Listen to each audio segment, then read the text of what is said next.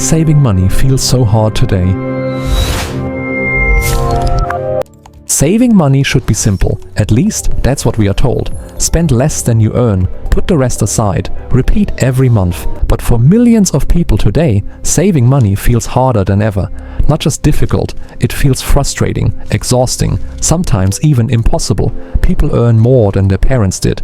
They work longer hours, they are more educated, yet many of them have little or no savings. One emergency can cause panic, one unexpected bill can create stress. So what's going on? Why does saving money feel so hard today, even for people who are doing everything right? Let's start with something important. Saving money today is not the same as saving money 20 or 30 years ago. In the past, many expenses were optional. Today, many expenses feel mandatory. Housing costs are higher, healthcare is more expensive, education costs more, transportation costs more. At the same time, wages have not grown at the same speed as these costs. So even before we talk about habits or discipline, the math itself has changed.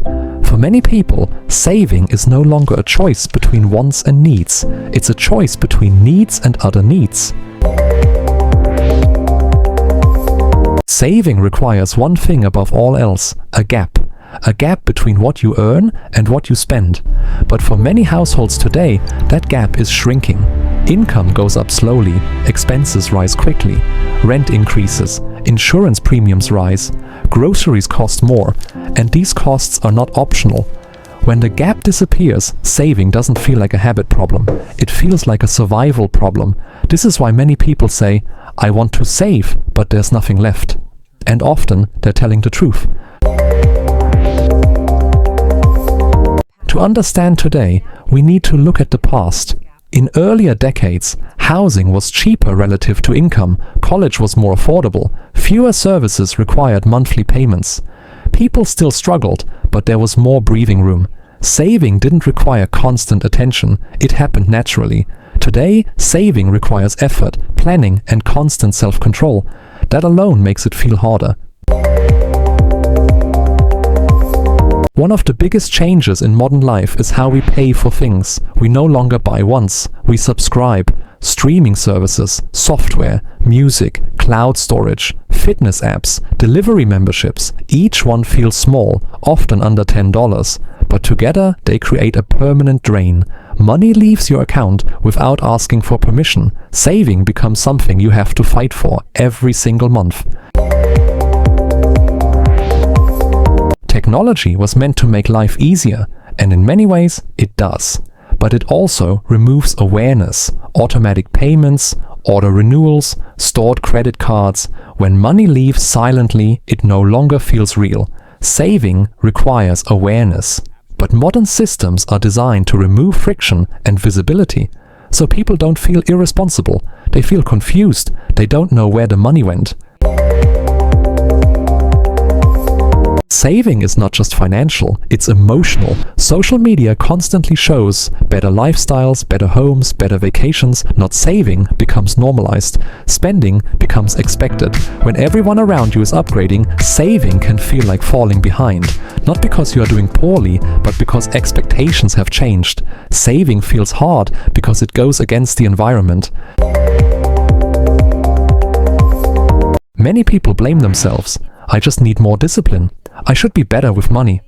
But discipline alone cannot fix a system that constantly pulls money away. Saving used to be passive. Now it is active. It requires decisions, boundaries, trade-offs. That doesn't mean people are weak. It means the environment is different. When money feels tight, the brain shifts into survival mode. Short-term thinking increases. Long-term planning becomes harder. Saving feels less important than immediate relief. This is not a character flaw. It is a psychological response. Understanding this matters, because shame makes saving harder, not easier. Many people try to save. They start strong, then something happens. An emergency, a surprise bill, a medical expense. Savings disappear. This creates a powerful emotional effect. Why bother saving if it just gets wiped out? Over time, motivation fades. Saving doesn't feel rewarding, it feels temporary. Saving is not about perfection. It's not about hitting a number. It's about creating space. Space between income and stress. Space between problems and panic. Even small savings matter, not because of the amount, but because of what they represent. Control, options, breathing room. Saving money feels hard today because life is more complex. More systems, more pressure, more invisible drains. Understanding this doesn't solve everything, but it changes the story.